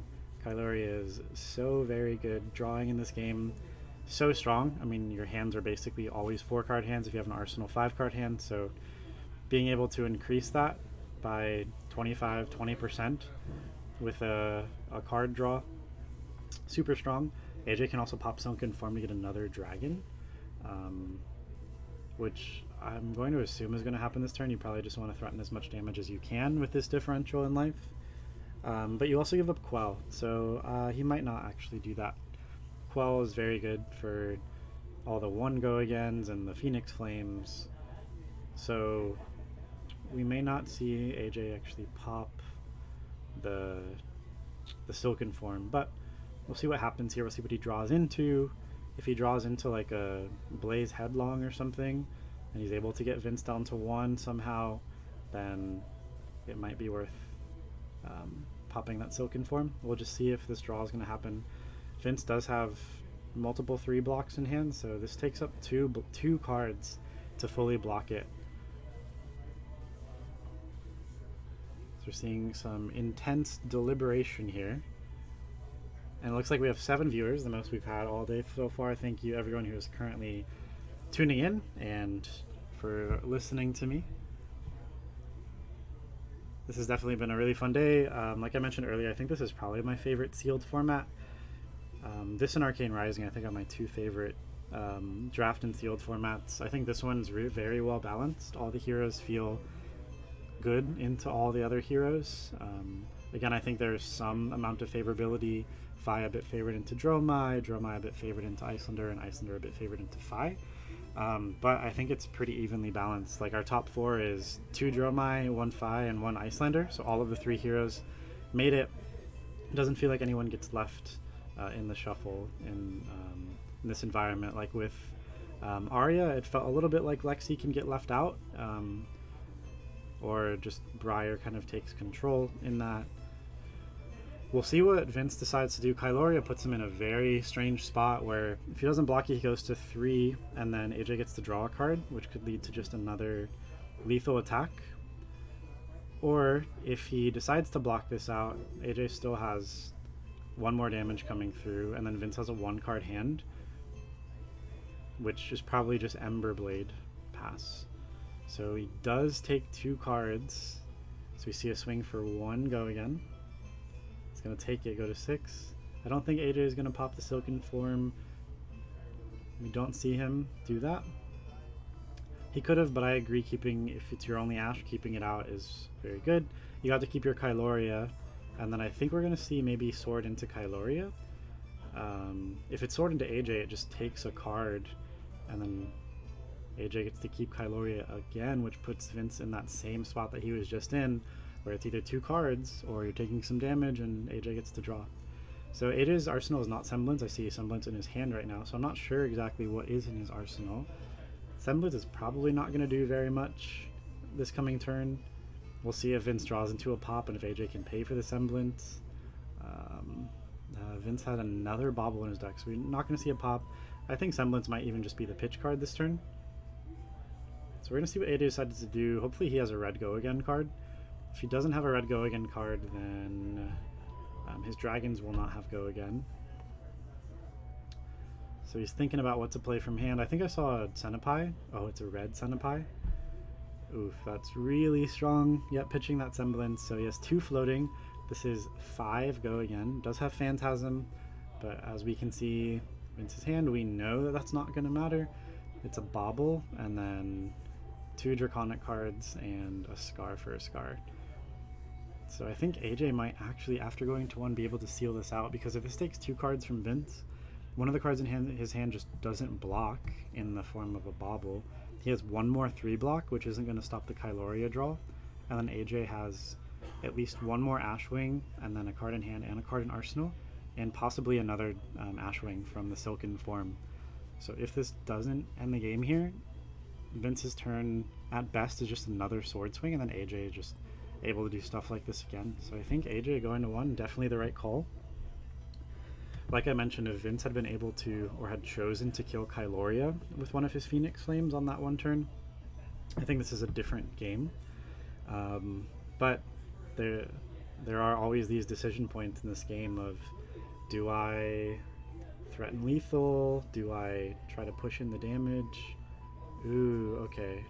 So we're just going to play a blue Skittering Sands. So we're going to turn our Ashe into another Ashwing. So we have 2 Ashwings and Kyloria. So we can threaten lethal twice with our 2 Ashwings and then swing Kyloria, and that should seal it.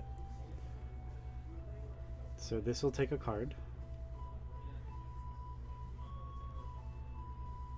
Helios Miter would, pitching Bobble for Miter would stop A damage.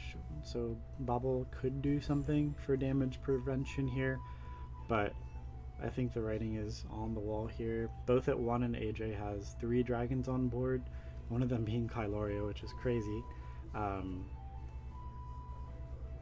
And Vince having to dump his whole hand to even just survive here. AJ playing this very well, Kyloria just proving itself to be this threat that you have to deal with, and if you don't, you're put in these situations where your opponent is getting advantage, or you're having to give up cards to stop the effect from happening. So we are going to give up a card for this Ashwing. We're going to see one more Ashwing swing. We're just going to get another card.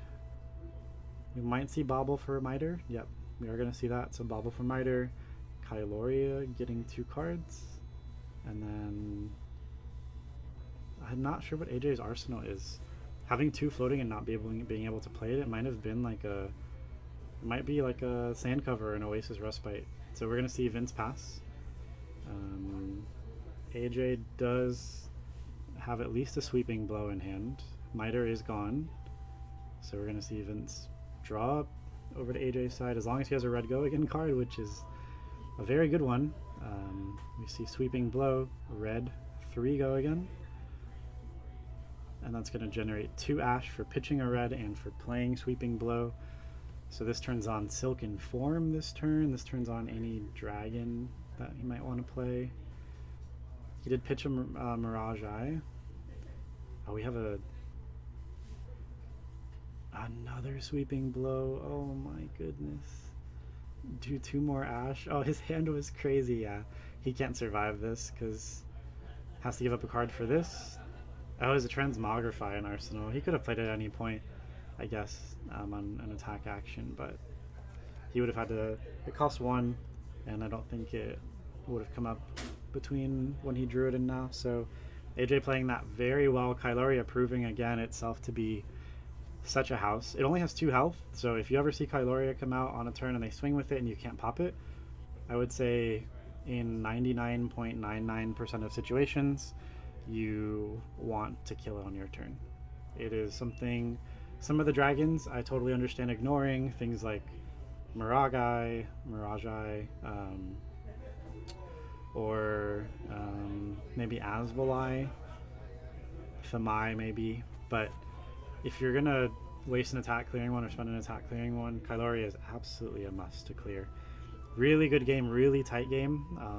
In my experience doing a few drafts and fields of this set, it seems like a lot of times it comes down to 1-1, which feels really good.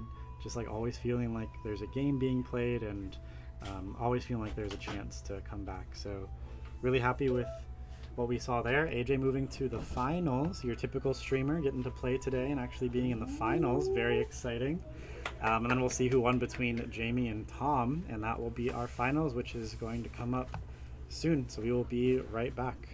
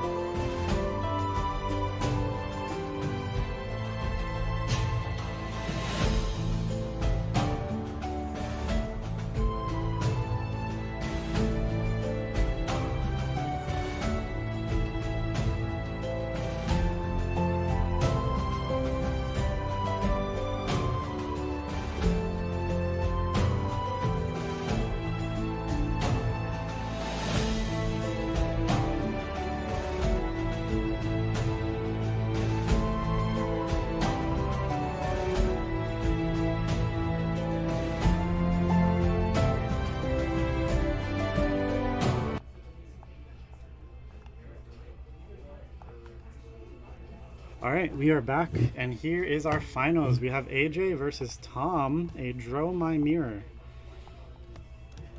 These are the two drafts that I actually watched happen.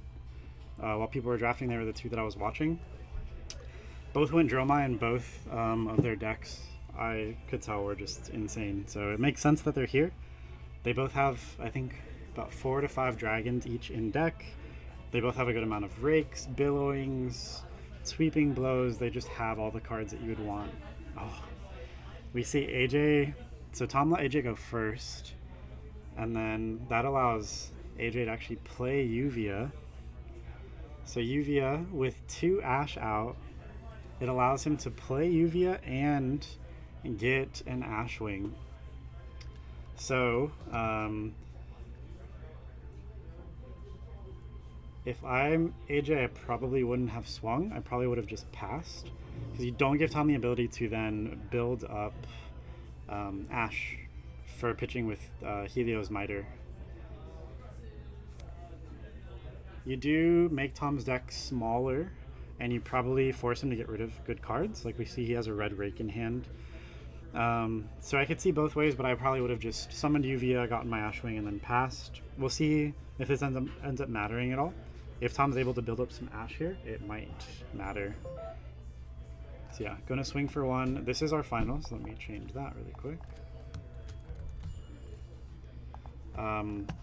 We'll see what Tom decides to do here. He could miter this, which costs 2, but he would get 2 Ash if he pitches 2 reds, which is great. Having 1 to 2 Ash at any point in time is really where you want to be. Going to 0 Ash is not the best, not really what you want. So if you're able to build up Ash on your opponent's turn, yep, we're going to see that. That's really what you want to do. So Miter stopping this 1 damage, giving him 2 Ash, and then AJ deciding to pass. I think I probably would have just passed on the summon of Uvia, but we'll see if Tom having some Ash matters. Tom's hand looks pretty good. We have 2 finishers in hand. I assume he'll probably play Dust Up this turn and then Arsenal the Lava Burst. I think we have Rake, Dust Up, Sweeping Blow, and the Rupture card, which I cannot think of at this moment. Volcanic Burst, something like that.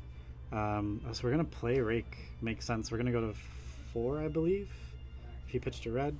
Oh no, I guess he didn't pitch a red. So we're going to go to 3, make 3.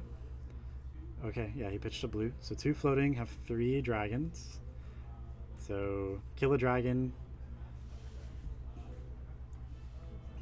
Oh man. 2 1s into Uvia and then Dust Up into Uvia, which is going to make an Ash because it hit. Or maybe it has to hit a hero. We'll see. I'm not sure if that's him saying that he has an Ash. Oops. It is a casual event that would have required some sort of because he flipped the top card of his deck, but not going to matter here. So we're going to, on AJ's side, he did lose Uvia, which is unfortunate. Lava Burst, that's the card that's in Tom's arsenal. So we're going to see AJ swing with a Dunebreaker Centipede, which if it's a red one, which I believe it is, it's 5 go again. Tom does not have a pop, so he probably doesn't want to take 5 here. So probably going to see a 3 block, take 2. Yep.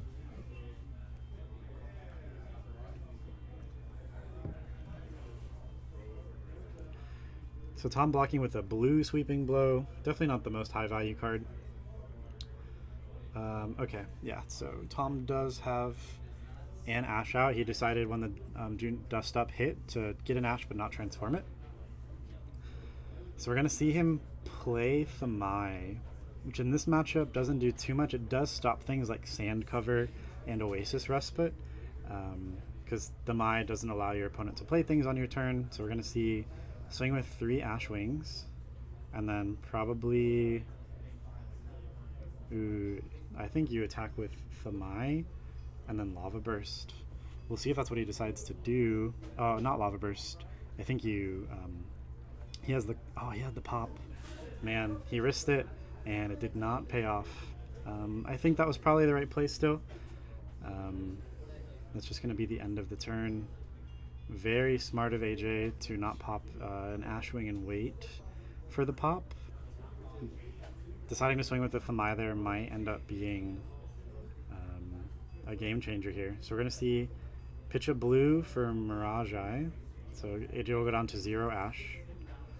Having Mirage Eye is really nice, so you know at least once per turn you're safe from a pop. So like right now he could swing with it and be safe.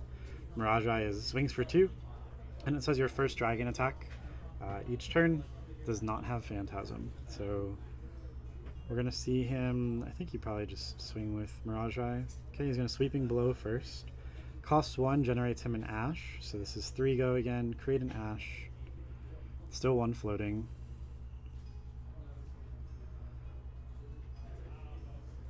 This is a very close and interesting game. AJ having a real dragon, but Tom having the 3 Ashwings, which are harder to clear. Clearing 1 Mirage Eye, which has 4 health, easier than trying to clear 3 singular Ashwings, which are essentially just free Kodachis every turn as long as you play a red card. So we'll see if Tom decides to take this, if he wants his full grip, or if he wants to save some health.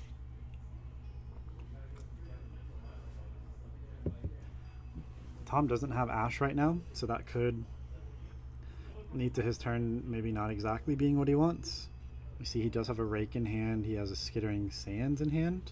He's going to block with a Skittering, interesting. Only blocked for 2, but on his turn he can't really use it, so it makes sense. Take 1, swing with Mirage Eye, which swings for 2.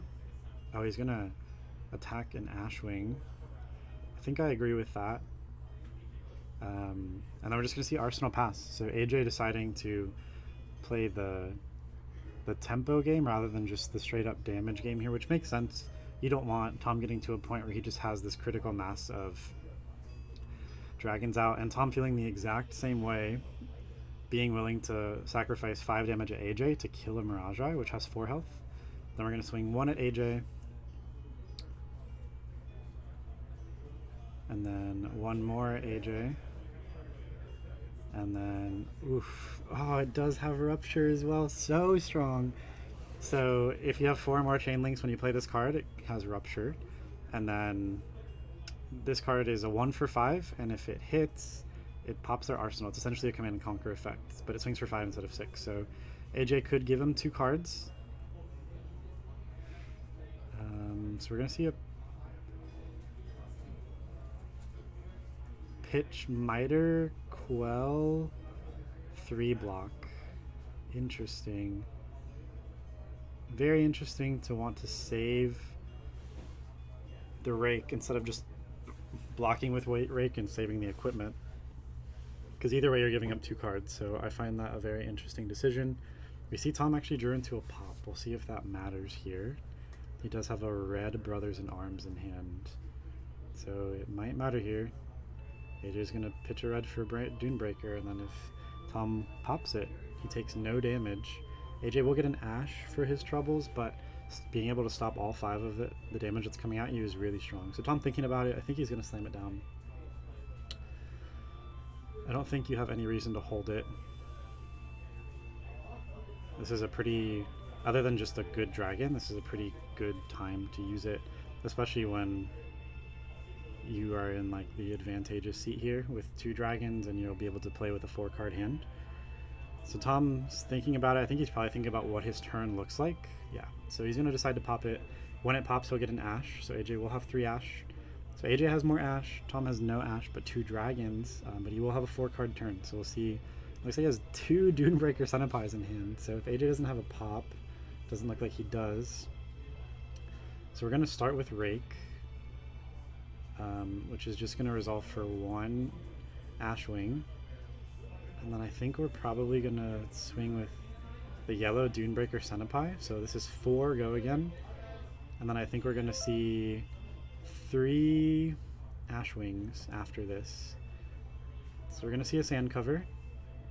We're going to see swing for 1 go again 3 times. I think AJ is probably just going to take all 3. 2, 3. Oh, I forgot about the Lava Burst in Arsenal. Oh, that's been there for a couple of turns now. This is so strong. This is 5 more damage, which would put AJ to 7. being at a 10 health differential while Tom has 3 dragons, it just is really hard to feel like you can close this gap, because it's not just a 10 health differential, it's 3 Kodachis on board that are free.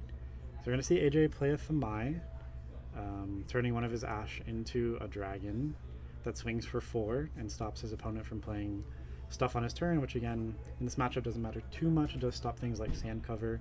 Oh, he gets Kyloria out too. This is really, really interesting. If we don't see a pop here, which Tom's hand doesn't currently have, this is a lot of stuff to try to stop. So I think you take... Wow, AJ's deciding to clear the dragons. So we're going to see what he swings. If he swings Kyloria at Tom, I think Kyloria does have to hit a hero to get the effect, so that makes sense. You're going to rip 2 cards from Tom's hand if he does decide to block this. Because of Thamai, you can't do things like Sand Cover or Oasis Respite here. Because of Thamai's effect, your opponent can't play or activate things on your turn. So this is very interesting. Does Tom give up 2 cards? If you give up 2 cards, you're at a 2-card hand, no arsenal. He does have a Vincerakai in hand, but he doesn't have any Ash with which to play it. It's probably something good to end up in arsenal if he decides to keep a 4-card hand. But giving AJ 4 damage plus a draw just feels really bad. This feels like the tempo could just be kind of leaving your hands and going into AJ. So I think Tom's going to say it's fine. So take 4, you can draw a card. Looks like he drew into... okay, he drew a Phoenix Flame. Interesting. So he is playing Phoenix Flames. I was playing 1 when I think last time I played Dromai. So he gets a dragon, gets the clear dragons, and now AJ is still 6 health behind, but Tom has no Ash, no dragons, and AJ has Kyloria, Thamai, and an Ashwing. What a transfer of tempo here. Kyloria, like we saw last game, just requiring something to deal with it. Thamai, it's a 4 go again every turn, so you don't love seeing that it's going to stay out there. So we're going to Billowing, create an Ash, turn it into a dragon. Billowing into Kyloria makes total sense. That has to go. We're going to Ashwing into Ashwing, my assumption, and I think we're going to Dust Up into Thamai, which I would definitely be in favor of that play. Which will give him an Ash, and he'll probably decide to turn it into an Ashwing, yeah. No go again here. So that'll be the end of the turn. Tom gets to Arsenal and pass, but clearing the board, AJ does have a full hand, but no Ash, no dragons. Tom has 2 Ashwings and a 5-card hand coming up. So we'll see what happens here. This has been a very good game. Blue Sweeping Blow will generate an Ash and clear a dragon. Not the most threatening thing here. And then, oof. Gonna see an Arsenal pass. I think AJ kept a pop in hand, which is why I think we just saw Arsenal pass. And hopefully Tom reads that. If someone ever has go again and they decide to Arsenal hold a card pass, it's probably likely they're trying to pop a Phantasm. I mean, it could just be a mind game. In this case, we did see it's a Fyendal's Fighting Spirit. Great start for Tom. Play a red Sweeping Blow. It looks like he pitched a blue for it, so it gets 1 Ash from the effect of Sweeping Blow. 3 go again. AJ is going to take it.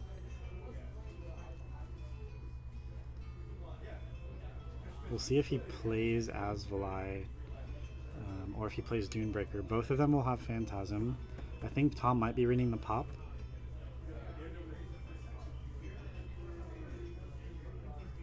Okay, we're gonna Rake. So generate 1, go to 2, use both to create dragons, lose all Ash. But all of our dragons will have go again. Very, very smart, playing around the pop. If he pops this, the turn is over. AJ will gain a life as well. Yeah. So AJ saying, no, this is popping your dragon. So one of those needs to go. Yep. So AJ informing him of that. Fyendal's Fighting Spirit also has an effect where you gain a health. If when you block with it, you have less health. Very strong. And then Tom just has to move to end because Go again does not resolve when Phantasm is popped. Phantasm is triggered, so Tom will draw up. AJ now has a chance to maybe steal back some tempo. The Semblance being pitched here. We're going to play a red sweeping blow. 3 go again. We're going to go to 2 Ash. If Tom's able to keep a full grip here and actually use it, he could potentially get a Asvalite or Chromai out. We'll see if he's able to. Double Billowing, or double sweeping, 6 damage this turn. And then a blue Dunebreaker, 3 more damage, 9 damage turn. Oh, add a dragon. Okay, interesting. Deciding instead of putting Tom to 4, potentially just killing a dragon. AJ doing a really good job of closing that 10 health gap that we saw earlier. Red Dunebreaker is a super good start. This is 5 go again. Does have Phantasm. Because he pitched a red, he's going to get an Ash. Which, oh, it looks like he has a Blaze Headlong in hand as well. It's so strong. We're going to Sand Cover and take 1. I think you play Blaze Headlong right now.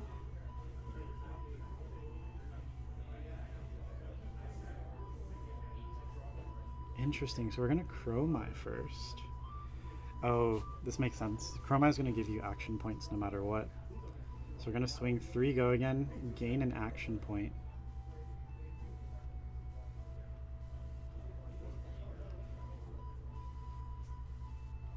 So we're going to block 3. Swing 1 go again. Blaze Headlong 4 go again. Oh, and then we can use our chest piece to get a resource and play. Oh my goodness. AJ has another sand cover. So break chest piece and then use breaking point for 5 damage, and that's game. Tom is able to seal the deal. Tom is your champion for this week at the Haven. Super good, super close game. Tom just had a very, very, very good hand there at the end, and that was good enough to seal it. AJ did a really good job closing the gap there and stealing back some tempo, but Tom had enough health to work with where he was able to keep that hand after taking a good amount and just threatening a lot of damage and threatening lethal, and that was good enough. Both very good players, both definitely very happy to be in our final 2. And we see Tom take it, and we see AJ getting second. Very well played. Thank you to everyone who showed up today. Thank you for everyone who is watching. We got 8 viewers. Thank you for enjoying my commentary. Always love to be here in the booth. AJ typically always providing that S tier commentary, but he hasn't been able to draft this set yet. We do have a Road to Nats tomorrow here locally at the Collective. So getting a little practice, making it to the finals. So it seems like he definitely got some good experience today, and hopefully that'll help him out tomorrow. And we're going to see some prize packs distributed to our players here, and that will be the end of our event for today. So thank you to our 8 viewers for tuning in today. If you haven't visited the Haven in Orlando, if you don't live in Orlando, consider moving here and attending the Haven games. If you are in Florida, in Central Florida, in Orlando, definitely come on out. We have every Saturday at 2 p.m. Armory is going on. This week was an Uprising draft. Typically it's classic constructed for the event type, just because that's, I think, what the community collectively enjoys most and wants to play the most. And if you'll notice in the upper right hand corner of our screen, we do have a promo code, AdventureCo ! Or AdventureCo. This is for 10% off all Fab singles at thehaventabletop.com. So if you are looking to build any decks, definitely consider going to thehaventabletop.com and buying some singles from them. Great store, locally owned by 2 players from this community, and just really happy that this store is here, and really excited to keep bringing you content every week. We should have a stream every week, Saturday, 2 p.m. At 2 p.m. And again, typically it's AJ streaming or AJ and someone else, but he wanted to play today and he made it into the finals. So just proven to y'all that the streamers got some chops too for playing. So again, thank you all for tuning in. That's going to be it for our